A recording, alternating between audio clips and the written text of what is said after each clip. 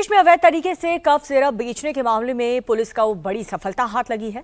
Sonbhadra police ने कोलकाता से mastermind भोला प्रसाद जायसवाल को गिरफ्तार किया। 18 अक्टूबर को सोनभद्र में 2 कंटेनर अवैध कफ सिरप की खेप जब्त की गई थी।